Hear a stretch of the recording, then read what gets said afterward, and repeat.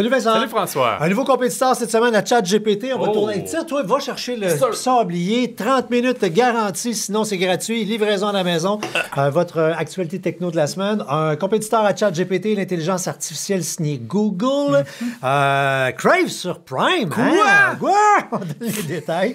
Puis une coupe d'arnaque et plein d'autres cochonneries. Et on commence par le merci de la semaine. Oui, on remercie encore une fois le Club Boomerang d'avoir commandité cet épisode. On se souvient, le Club Boomerang, c'est le site que vous devez consulter avant de faire des achats en ligne. Vous allez y retrouver une panoplie de marchands qui sont prêts à vous remettre de l'argent sonnant dans vos poches après avoir effectué un achat à l'aide d'un clic sur le site. Absolument. Donc, si vous ne passez pas par boomerang.club, vous perdez de l'argent, tout simplement. Saint-Valentin, c'est encore temps, ça s'en vient.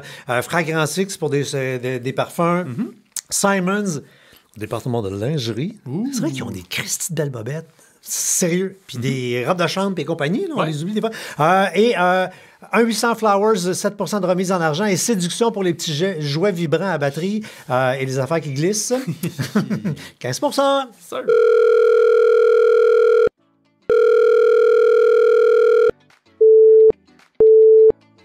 Vous êtes bien dans la boîte vocale de la mise à jour. Laissez un message. Allô les gars, je me demandais, faut-tu que je download le Wi-Fi dans mon Bluetooth pour mes plugins? En tout cas, rappelez-moi. N'ajustez pas vos appareils. C'est l'heure de la mise à jour avec françoischaron.com et Vincent Paquette. OK, on commence, on l'a dit, cette semaine dans l'actualité, un nouveau joueur qui était là, qui change de nom, qui veut s'imposer, se réimposer. Il y avait Bart. Oui. Mais là, c'est Bart Simpson. C'était Bard, Oui, comme un joueur de lutte à l'époque. Là. Mais oui, non, effectivement, c'était donc là, on parle de l'intelligence artificielle de Google. Ça avait été lancé 2023, puis on voyait que c'était comme un peu une réaction, juste rapido, grosso modo, de ChatGPT, parce que ChatGPT occupait tout l'espace médiatique.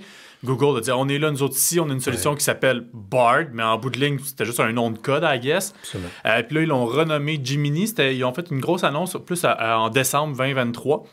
Mais là, on l'a lancé aussi en même temps avec de la promo au Québec en disant, il parle en québécois, il est adapté pour nous.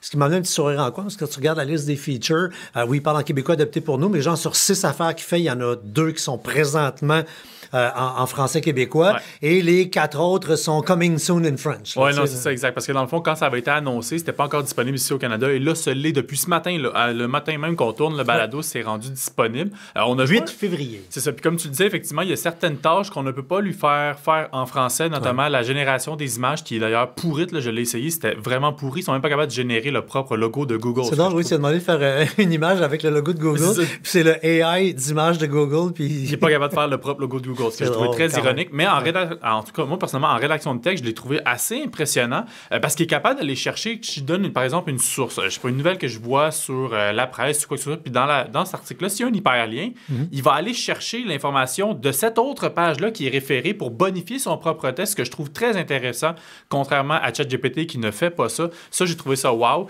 mais on voit encore que c'est très embryonnaire, que c'est encore très perfectible, en fait, de ce IA-là. C'est drôle que moi aussi, je l'ai vu passer ce matin, fait que je dis, je vais l'essayer en 2 chroniques de radio. Puis c'est drôle que moi, dans les dernières journées, je jase pas mal avec GPT, je tente de lui faire des fonctionnalités. Okay. Puis c'est ce bout-là qui m'intéresse, moi, plus que la rédaction de texte.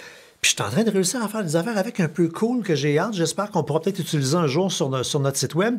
Bref, moi, quand je suis arrivé dans Gemini, fait que je suis parti, je fais comme du reverse engineering. Je suis rentré dedans très agressif parce que là, je suis rendu très loin dans du développement pas logiciel, mais d'application avec ChatGPT. Fait que moi, je suis rentré dans Gemini. Je dis, t'es capable? Peux-tu me faire ça? Il m'a trouvé bien. En 2 lignes, je suis incapable de faire ça. Fait que ma première relation avec Gemini, ça a été, pardon mon nom, je suis pas formé pour le faire. Mais j'ai hâte d'avoir. Et quand on regarde le marketing, parce qu'on a plus vu le marketing que tester l'outil, vous comprendrez que ça vient d'être lancé. Oui, c'est exact. Moi, mon feeling, c'est que oui, ils vont s'attaquer, ils veulent s'attaquer à ChatGPT. Tout le monde veut s'attaquer au roi de la montagne. Ouais. Mais il y a Microsoft qui travaille très fort sur son copilote qui ont intégré partout dans leurs patentes. Et quand tu regardes le marketing de Gemini, tout de suite, ils disent collaboration, collègues, Google, nanana. Donc, tu vois que les compagnies vont probablement de plus en plus être vraiment devant un choix d'être de religion copilote comme assistant, travail d'équipe avec Teams et le 365, ou bedon, je m'en vais dans G Suite et compagnie avec Gemini. Oui, parce qu'en fait, ce que tu fais mention, c'est plus par rapport à Gemini Advanced, qui a aussi été annoncé, dans le fond, qui est une option payante. Cette fois-ci, je pense que c'est 26 $ par mois l'abonnement. Puis c'est vraiment une intelligence qui est boostée là, pour meilleur codage, meilleure compréhension de contextualisation. Ce que je trouve intéressant, c'est que ça vient avec 2 téraoctets de stockage en nuage. Donc ça peut être intéressant. Mais c'est effectivement ceux qui après ça, ils vont vouloir intégrer dans Google, dans Gmail, devrais-je dire, dans Google Doc, dans Google Sheet, tous les logiciels essentiellement de travail de Google. Et c'est là qu'on risque, comme tu le dis, de voir une compétition entre Copilot et Gemini. Tu sais, là où le AI, puis on voit comment c'est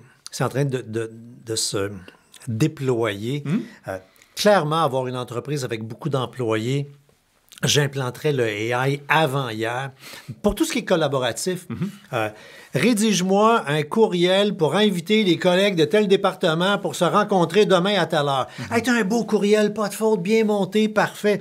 On fait une rencontre, tu lui dis, enregistre la rencontre, à la fin de la rencontre, produis-moi un résumé de la rencontre. C'est à ça que ça sert. Pour l'instant, le AI là-dedans est bon, là, mais comme ça pas de bon sens. C'est un élève studieux qui écoute, qui fait de très bons résumés, qui rédige bien. Enfin, il y a maintenant un nouveau compétiteur qui s'appelle Gemini qui est dans le portrait. Puis pour juste simplement mentionner comment l'utiliser, rendez-vous sur le site de Gemini, puis en fond, essentiellement, il faut juste avoir un compte Google. Si vous avez un compte Gmail, vous pouvez vous connecter et l'utiliser gratuitement sur n'importe quel type de plateforme, téléphone, ordinateur. Il va y avoir une application qui va sortir d'ailleurs sur iOS et sur Android. C'est que web là, pour l'instant. C'est ça, exact. Il va y avoir une application, on n'a pas de date, là, sûrement en 2024 quelque part. Ça s'en vient. C'est une application Android et après ça, iOS. Oui, c'est ça. C'est sûr. La nouveauté de la semaine au rayon des fraudes, c'est un texto qui, on s'était dit, écoute, là, les textos frauduleux, là, c'est fait. Les gens ont compris que c'est de la boîte. On ne clique pas dans un lien, sauf que les carlines de fraudeurs ont trouvé une astuce qui a fait que plusieurs personnes ont reçu ce texto, puis de par la crédibilité du message, ont été tentés de cliquer. Tu reçois un texto te disant « T'as été vu par un radar de vitesse. Moi, ça m'arrive 3 fois par année. Tu reçois la grosse enveloppe, là, ta photo de char, puis bon. L'autre, dans l'actualité, le gouvernement veut en mettre encore plus un peu partout. Fait que c'est dans l'air. Tu as été pogné à 56 km/h dans une zone scolaire de 30. Ce qui est méchamment plausible. Soit qu'il est un peu inattentif, tu n'as pas vu l'affiche, c'est en dehors des heures d'école, de la merde, continue. Regarde, tout le monde le fait. Non, moi, j'en vois devant le parc, j'attends un autobus devant le parc où ma fille joue et je vois constamment des chars rouler plus vite. 60, 70. Ça m'écoeure. Volontairement ou involontairement, on l'a tous déjà fait, rouler à 56 dans une zone de 30. Donc, c'est plausible comme message. Et tu as un hyperlien te menant vers une plateforme pour payer. Là, beaucoup de gens, puis moi, je suis encore et je serai jusqu'à la fin des temps défenseur des victimes, parce que beaucoup de gens disent « Ouais, on gagne de cave, tu payes pas en ligne. » Moi, je fais le tour du Québec et souvent, je suis un poisson rouge dans la vie, puis je suis pas un gars bien organisé, puis j'ai une grande gueule, fait que ça fait que moi, là, j'en dépasse des parcomètres sur un Christine moyen temps dans la vie. Fait que des contraventions de parcomètres expirés, là, j'ai contribué à la société là, comme vous pouvez pas imaginer. Dans plusieurs situations, sur la contravention, tu as un hyperlien pour aller sur une page du portail de la ville. Fait que c'est une page un peu cheesy là, dans laquelle tu rentres ta Visa, ta Mastercard. Fait que dites pas là, que c'est pas plausible de payer. Non, il y a des interfaces. Fait que les fraudeurs font juste des interfaces un peu cheesy qui ressemblent à ça. Moi, j'ai envie de dire aux gens, jusqu'à nouvel ordre, puis nouvel ordre, ça va prendre un bout, là. On ne clique jamais sur un hyperlien dans un texto d'un message non sollicité. Parce que si tu as demandé quelque chose à un organisme ou à une plateforme, que la plateforme te répond dans les minutes suivantes, là, tu cliques sur le lien. Il ne faut pas capoter. Mais si tu n'as pas sollicité un message, tu ne cliques pas sur un lien tout simplement. Moi, ce qui me faisait rire quand même quand je regardais la page de où on veut t'amener, parce que ça reprend essentiellement comme la page du ministère de la Justice, mais moi, c'est le montant. 15$ pour avoir roulé à 50 dans une zone de 30. Je sais pas c'est quoi l'amende, mais c'est clairement pas 15$ seulement. Non, il n'y a plus rien en bas de quasiment 100$. C'est ça, je veux dire, c'est ridicule. Là. Fait que ça m'a fait quand même assez rire déjà. Snowben! Oui, c'est le fun! Encore une fois, il faut surveiller les applications. Sur Android, malheureusement, régulièrement, il y a certaines applications qui veulent être... disons, gourmande. Oui. Là, il y en a une qui veut enregistrer nos conversations. Oui, en fait, il y en a 12. Plusieurs. Il y en a 12, puis c'est vraiment dans l'air du temps, parce que, bon, la Saint-Valentin s'en vient. Il y a peut-être des gens qui se trouvent un partenaire ou une partenaire avec qui passer la Saint-Valentin, et on est dans une fraude de l'amour, essentiellement. Okay. Donc, c'est des pirates qui vont aller sur des plateformes de rencontres pour, après ça, essayer de nous inviter à dire, ben, tu sais, on va continuer la conversation sur une autre plateforme de messagerie. Télécharge cette application, et c'est ces 12 applications-là. C'est des noms comme ChitChat, GlowChat, HelloChat, Let's Chat, Meet Me, Private Talk, Quick Chat. On voit le genre. Et là, c'est quoi? C'est que tu parles avec un fraudeur? Tu parles avec un fraudeur qui t'invite à télécharger ces applications-là pour poursuivre la dite discussion ensemble. Il t'enregistre. Puis après ça, à partir de ces applications-là, essentiellement, ils ont un logiciel malveillant, un trojan qui va se réveiller, et c'est un logiciel espion qui s'appelle Vajraspy, qui, lui, après ça, va aller extirper toutes tes données, va aller chercher tes fichiers, ta localisation, tes contacts, tes messages, et il peut littéralement, il y en a 2 applications là-dedans qui ont carrément des fonctions pour enregistrer les frappes. Donc, après ça, tout ce que tu vas taper sur ton téléphone. Touche, les mots de passe. Exactement. Il peut même t'enregistrer tes téléphones, mais également à ton insu. Ton téléphone qui est sur là, par exemple, sur le coin de la table, il va carrément partir, le recorder en bon français, et t'enregistrer. Bref, à éviter, si jamais vous avez quelqu'un qui vous invite à aller sur une autre plateforme de discussion avec ce genre de nom-là, vous pouvez venir voir plus bas dans la chronique. Tous les sujets qu'on va mentionner se trouvent dans la description du balado. Vous pouvez voir essentiellement quelle est la liste de toutes ces applications-là à éviter sur votre téléphone Android si vous ne voulez pas être espionné. Oui, puis beaucoup de gens disent bah, qui m'espionne, s'il manque en liste. Tu sais, non, mais dans la population, il y a des gens, puis j'en rencontre souvent, qui disent qui m'espionne, je m'en fous.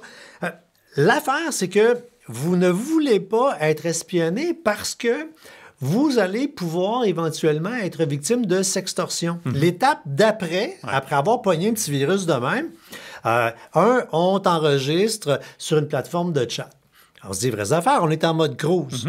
2 adultes consentants, c'est assez rapide de pouvoir commencer à dire hey, si on se rend compte, on se fait telle affaire, puis ça te tente-tu que je t'attache, puis ça te... Puis là, ils vont vous amener dans des zones où, tant que tu es entre adultes consentants, regarde, bingo, hey, j'ai toujours rêvé de me faire telle affaire, moi je suis willing, puis ils n'auront jamais de problème, ils vont te suivre dans tes fantaisies puis tes fantasmes, comprends-tu? Sauf que là, tu te retrouves avec un enregistrement de toi qui dit que tu veux t'habiller en lapin, attaché avec des gardes, là, tu sais. En privé, c'est bien correct, je vous le souhaite, les amis, faites-les, c'est le fun. Tu veux pas nécessairement que ça soit diffusé. Non, définitivement pas. Puis là, on se dit encore plus les vraies affaires. Dans les gens qui sont sur des applications de cruisage, c'est pas rien que des célibataires. Non. Ben, du monde qui sont mariés puis qui y vont soit pour la curiosité, sont mariés pas contents à la maison. La quantité... Du libertinage. Du libertinage, mais dans le dos de l'autre. Oui. Fait que là, tu veux pas te revenir. C'est une autre histoire. Des gens qui sont dans le garde-robe, qui vont jaser avec le même sexe pour juste aller valider des affaires ou dans le dos de l'autre et compagnie. Regarde, la liste est longue. Oui, définitivement. Fait que, encore une fois, si c'est vrai, juste une vraie rencontre virtuelle qui se transforme en rencontre réelle, tu passes du bon temps, tu as du bon sexe, tu es de bonne humeur, tu es relax, tu retournes tranquille au bureau le lendemain, la vie est belle. Mais si t'es victime de sextorsion, c'est pas cool. Ah non, absolument pas. La sextorsion fait en sorte que les gens, ils virent littéralement fous, ont à payer des sous. Dans la sextorsion, puis pourquoi je reviens souvent sur ce sujet-là, c'est oui, il y a les adultes, puis on se demande quoi faire, puis il y a des organismes, il y a CyberAide, puis il y a aidez-moi s'il vous plaît.ca qui existe en ligne. Parce que dans la sextorsion, ceux qui sont victimes beaucoup, et on en parle peu, c'est les plus jeunes. Ouais. T'es adolescent, adolescente, t'es à l'heure des premières découvertes, c'est tentant d'aller là puis d'aller, pour la première fois, là, parler de cul en adulte. C'est ça. Et moi, j'aurais fait ça si j'avais eu ça plus jeune. Tu sais, c'est tentant, tu vas te challenger. Sauf que là, si l'autre dit « je t'ai enregistré », tu te le quittes, t'es pas armé pour faire face à une diffusion publique. Puis là, en plus, ben, tu sais que c'était cave de faire ça. Fait que même si t'es dans une famille où tes parents sont bien ouverts puis disent, tu sais, si c'est pas quelque chose, viens me voir, ça me dérange pas. Ça se peut que tu fermes ta gueule. C'est gênant. Et que là, tu vas être plus victime. Donc, on a mis en ligne une chronique pour comment se démerder si on est victime de sextorsion. Il y a des façons de le faire, mais chattez pas avec n'importe qui. Là, puis, soyez conscient, quand vous parlez avec un étranger, que tout ce que vous dites pourrait éventuellement être retenu contre vous, premièrement.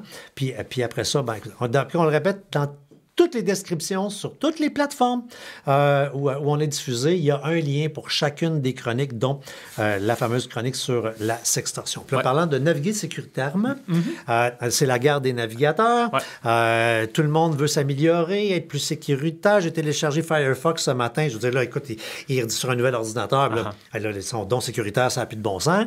Là, il y a Google Chrome qui ajoute une fonctionnalité pour s'assurer qu'on ne visite que des sites qui sont sécurisés. Qui sont sécurisés, puis je vais te prendre nos mots, on en a déjà parlé précédemment, et non sécuritaires. C'est-à-dire, on le sait, quand on navigue sur Internet, souvent, on va voir des sites avec la mention HTTPS.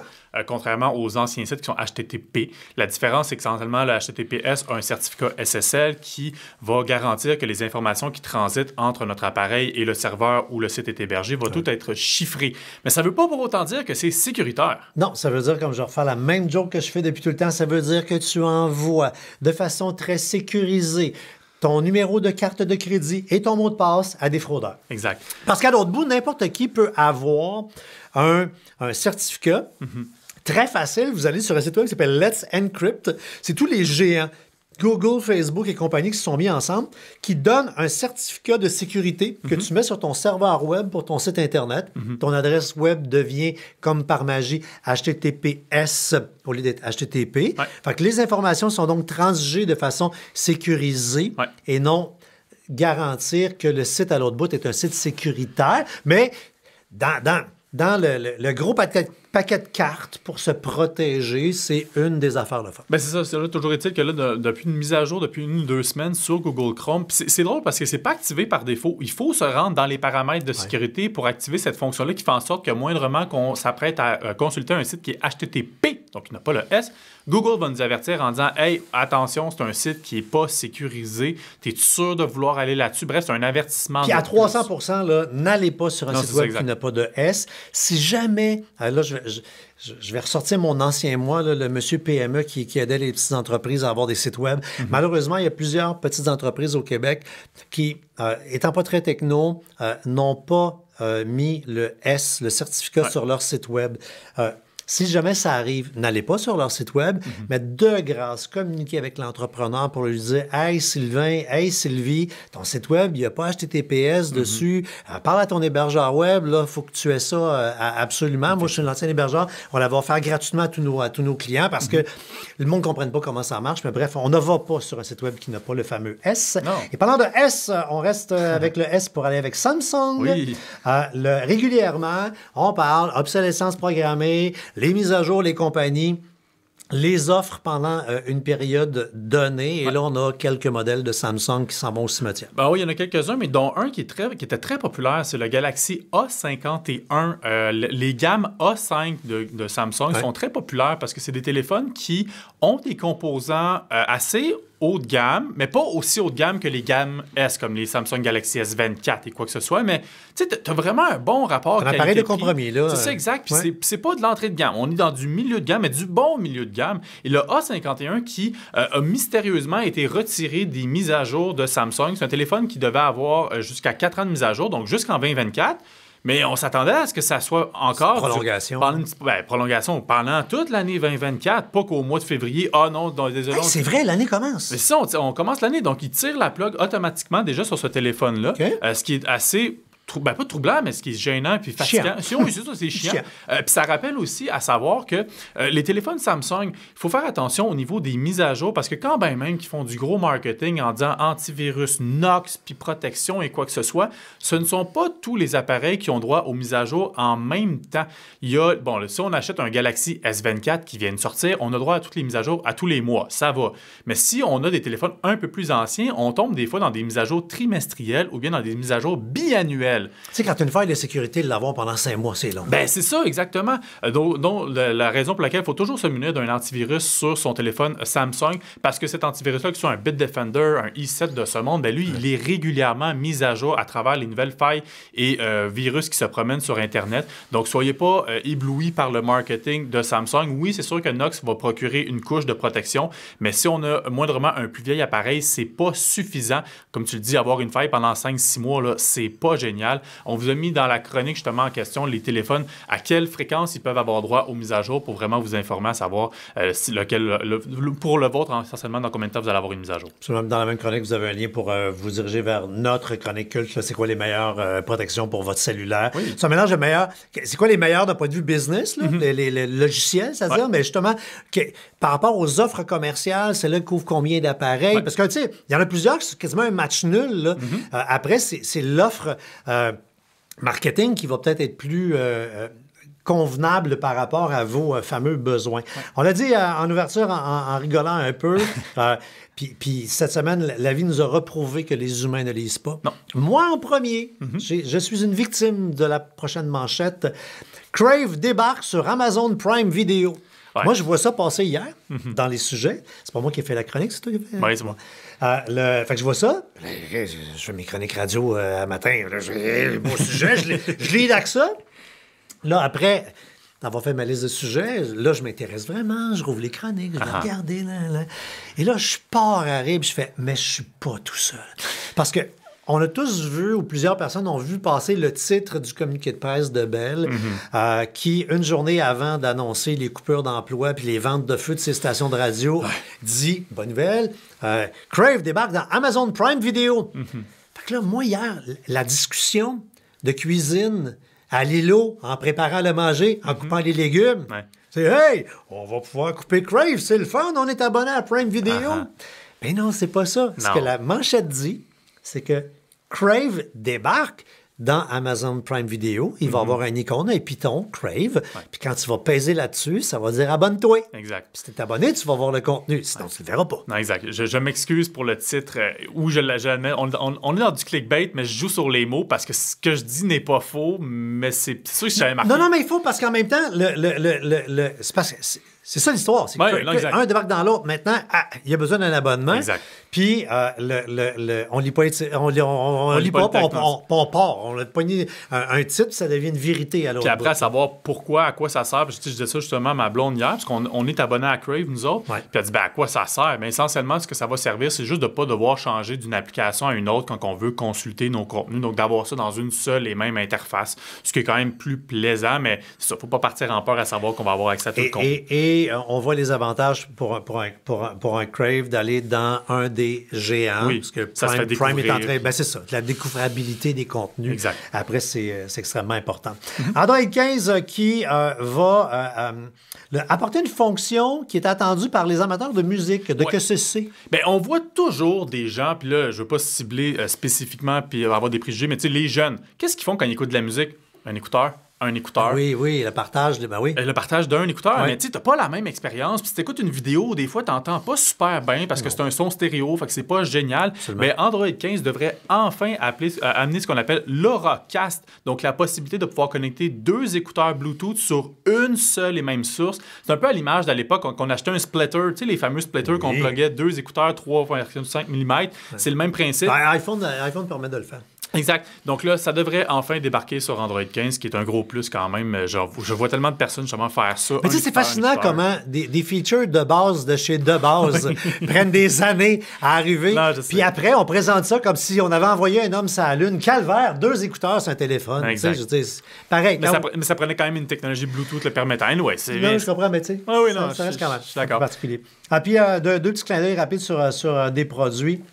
Une compagnie qu'on aime bien, nous autres, parce qu'ils font des produits, bon rapport qualité-prix, pas cher, des écouteurs boutons, mais high-res, donc qui vont vous donner, si vous êtes un audiophile, un super son, c'est les Earphone Air 2, c'est ce que tu as entre les mains, puis en fait, c'est qu'ils sont pas chers. Écoute, pour vrai, là, puis le titre, généralement, j'essaie d'éviter ce genre de libellé-là en disant... Oui, à prix imbattable. Imbattable, mais franchement, c'est parce que c'est tellement difficile à battre. Ouais. On parle de 50$ US, donc environ 70$. Déjà, pour une paire d'écouteurs high-res, je veux dire, c'est vraiment pas cher.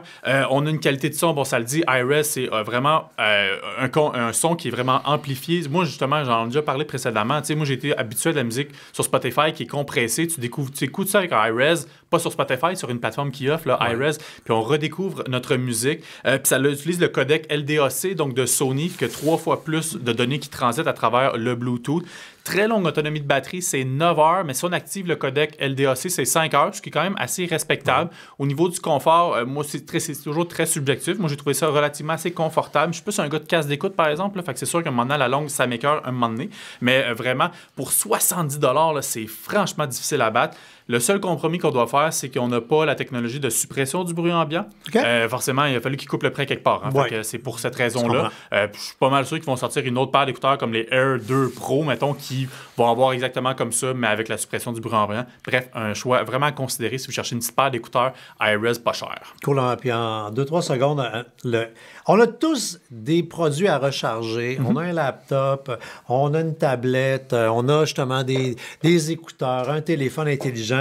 On se retrouve avec une power bar avec 1 million de patentes qui ne marchent pas. Pire, on branche nos appareils, puis on reviendra là-dessus, là, sur aider le monde à comprendre l'électricité des appareils. Là, c'est parce que c'est un toaster, puis une bouilloire, c'est au 110, il y a un trou. Mais les appareils électroniques, les blocs de recharge qu'on a, donnent pas toutes la même sortie électrique. Tu n'arrives pas à avoir ta recharge rapide. Puis bref, il y a une compagnie qui s'appelle Ugreen qui propose justement des blocs d'alimentation, le fun, qui ne coûtent pas très cher puis que vous pouvez avoir soit à la maison ou au bureau pour dire « Hey, j'en ai un sur le bureau avec une patente, je vais recharger mon laptop, mon téléphone. » mais avec le jus qu'il veut avoir. Oui, c'est ça, exact. Parce qu'il y a comme deux situations qu'on va vivre ces temps-ci. C'est bon, d'une part, tu disais les blocs, tu n'as pas toujours le même jus. Puis en plus, les compagnies, maintenant, tu achètes un iPhone, tu n'as plus de blocs. Faut t'achètes un bloc. Puis là, après ça, tu as des blocs comme ça. Pour l'écologie? Ben, exact. Ben, oui, puis pour couper les marges, on s'entend. Mais toujours est-il qu'on n'est pas toujours savoir lequel que je devrais avoir pour pouvoir tirer le plus de mon jus. Puis Ugreen, justement, comme tu dis, propose des solutions assez ludiques. Là. Ils ont un petit bloc qui ressemble à un petit robot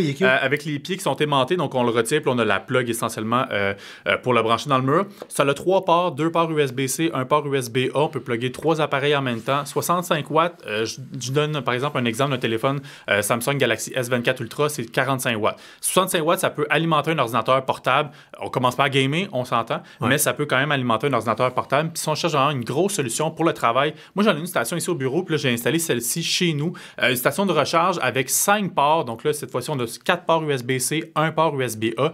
Peut tirer 300 watts. On peut carrément charger 3 ordinateurs de façon simultanée, puis il va répartir en conséquence de comment l'appareil tire. Donc, par exemple, toi, ton ordinateur, il tire 140, OK, je suis 140, le mien, il tire 100, tu as ton téléphone à 40, on va répartir. Il répartit intelligemment. Il répartit intelligemment. Cela, c'est un peu plus dispendieux, mais moi, je trouve que quand, à la maison, qu'on est répandu à travers plein de blocs, plein de fils, c'est tellement plus plaisant de pouvoir centraliser ça tous au même endroit. C'est plus simple. Tu as près 300$, là, mais c'est plus simple pour l'appareil. Oui. Si vous avez une petite PME, vous avez une salle de rencontre, là, vous avez des invités, là, c'est vraiment quelque chose à mettre sur la table. Exact. Justement, au lieu d'avoir 1 million de rallonges électriques des Canadian Tire. La fameuse question, est où ta prise? Là? Est où ta prise? Et là, branche-toi, champion. Demandez n'importe quoi. C'est pas fini tant que c'est pas fini. 2 petites questions pour terminer. Guylaine Bédard, depuis quelque temps, mon ordinateur ne cesse de m'imposer Edge comme navigateur. Comment faire pour lui dire non et revenir comme avant? Bon, on ne commencera pas à vous dire toute la nomenclature des étapes à faire. On vous a fait une chronique justement à ce sujet-là, mais en gros, si on va dans les paramètres de notre ordinateur, qu'on ait Windows 11 ou Windows 10, puis qu'on joue un petit peu à savoir navigateur par défaut, c'est à ce moment-là qu'on va pouvoir aller changer à savoir si on veut utiliser Google Chrome, tu parlais de Firefox tantôt, Brave ou Opera, peu importe le navigateur de votre choix. Mais ouais, on voit Microsoft vraiment très agressif à nous le forcer dans la gorge. Le rentre dans la gorge, et la routine que vous allez faire pour aller mettre ou remettre, exemple, votre Chrome comme navigateur par défaut. Puis en passant, Edge est bien correct. Gardez-les si vous l'aimez. Oui. C'est juste que c'est la tactique commerciale de t'imposer. On est à l'ère du consentement calvaire. Là, fait qu'on peut-tu laisser le monde choisir ce qu'ils veulent dans la vie? Apprenez-la par cœur. Parce que tu mets Chrome, moi je te dis que mardi dans 2 semaines, t'es retourné. Là, c'est Edge qui va te repopper d'en face. Ben, c'est ça le problème. C'est surtout quand Microsoft déploie des nouvelles mises à jour, ce qu'ils appellent leurs grosses mises à jour biannuelles. Ils en sortent une au printemps, une à l'automne. Puis là, quand tu la fais, là, ça repart le carrousel. Faut que tu repartes à dire non, je veux plus Edge, on repart en guerre à chaque fois. Et ça va reprendre les Français pour faire une loi pour leur empêcher d'avoir des pratiques commerciales comme ça. Et Sylvie Grandpré termine. Tiens, Saint-Valentin, fleurs ou chocolat? Fleurs, parce que je pense que des fleurs, tu ne donnes pas ça nécessairement à toutes les occasions. Du chocolat, ça peut pas mal à n'importe quelle occasion. Puis, je veux dire, ma conjointe peut bien s'acheter du chocolat si elle veut. Je pense pas qu'elle va vouloir s'acheter des fleurs pour elle-même. Fait que c'est plus un geste romantique que de donner des fleurs que du chocolat, tant qu'à moi. Moi, je suis un acheteur de fleurs. Okay. J'aime dans la cuisine chez nous, j'ai des fleurs quasiment tout le temps. C'est moi qui achète des fleurs. Okay. Je me dis à moi de moi, mais ils traînent là dans la maison. Fait qu'ils sont là. Moi, je dirais chocolat, mais chocolat et bulles. OK. Chocolat champagne. Je peux pas vivre sans bulle. C'est ce que tu veux. Allez, les amis, c'est terminé. Donc, si vous voulez acheter des patentes glissantes et qui vibrent chez Séduction, vous allez sur boomerang.club, 15% de remise en argent. J'ai à peu près tous les marchands québécois là, qui sont en ligne. Puis, c'est comme ça qu'on a vu l'actualité cette semaine. Puis, aller dans les plateformes où on est pour faire des likes, des pouces en l'air, des étoiles, des compagnies. Puis, qui était beau notre gilet. À la semaine prochaine. Bye.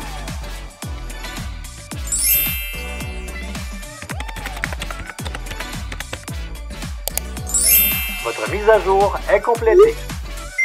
Au revoir.